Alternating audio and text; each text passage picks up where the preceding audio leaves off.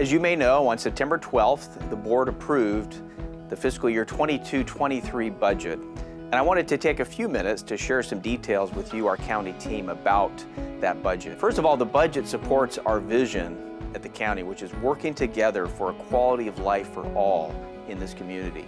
And secondly, our mission to provide excellent public services to our diverse community. The fiscal year 22-23 adopted budget is approximately $4.5 billion. To put that in perspective, the city of Fresno's budget is approximately $2 billion. The state of Delaware is $5 billion. So our budget is nearly the size of the state of Delaware. I'd like to share some details about what's inside this budget and how it affects you as county employees and our community. To do that, I'm here with Greg Renke, Assistant CAO, working with me here in the CAO's office. Welcome, Greg. Greg, we want to talk a little bit about this budget and some highlights about how the process goes forward. The fiscal year begins in July and ends in June, but we do our budget hearings in September. Can you explain why do we do that? Sure, we primarily do that for two reasons. One is the state budget normally doesn't get adopted till towards the end of June because they have to have it done by July 1st. And so by having the budget hearings in September, it really allows us to know all the impacts of the state budget and to address them in our recommended budget. The second reason is that the fund balance, because of the end of the fiscal year, we don't know the fund balance until towards the end of July that's available to put into the 22-23 budget.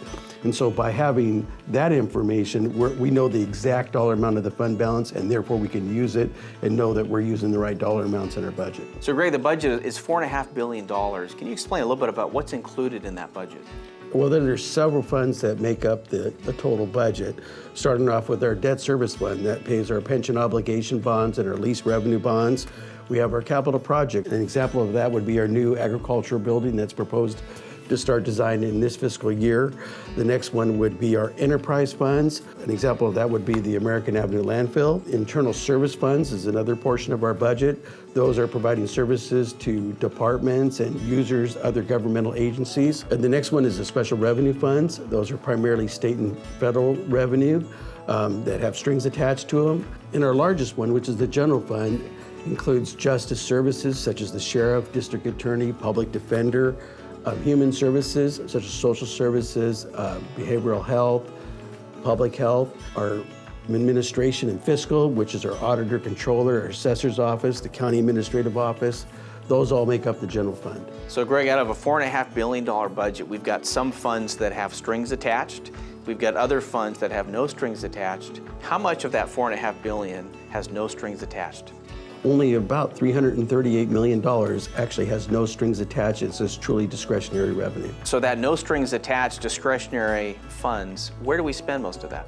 Most of that goes to justice services, such as the sheriff, district attorney, public defender, probation. Approximately 60% of our discretionary revenues go to those justice services. Let's talk about where that money comes from and how we receive the revenue for those no strings attached dollars. Right. There's two main sources, but the largest one is property tax. About 78% of our discretionary revenues come from property tax, and it's very much dependent on the assessed value that we receive on property within the county. The other one is sales tax. We receive about 1% of our total sales tax within Fresno County. What do you think some of the highlights of this budget are? You know, there's a lot of important things in this budget, but I mentioned just a few. Number one, salary and benefit increases for our county employees. The last two budgets, we were not able to do that. I'm thankful that we can do that so we can recruit and retain quality employees. We're only as good as our employees, so I'm excited that that's a key part of this budget. Number two, we added 39 positions to this year's budget, and that's primarily reflected in justice, public safety, our sheriff's department. Some may not recall that the sheriff's department covers 6,000 square miles, and so this will contribute towards helping with that effort.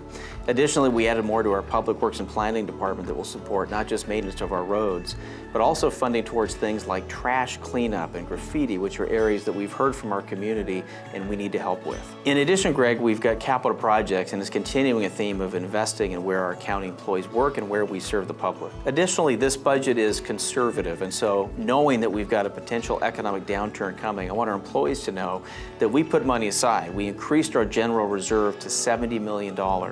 In addition, we have a budget mitigation fund, which I'd call a rainy day fund of $20 million that would help us to get through a potential economic downturn. On behalf of both Greg and I want to take a moment just to say thank you for all the partners in the budget process this year, which includes all of our department heads and our CAO's office team, in addition our graphics department that spent a lot of time on the We Are Fresno County annual report.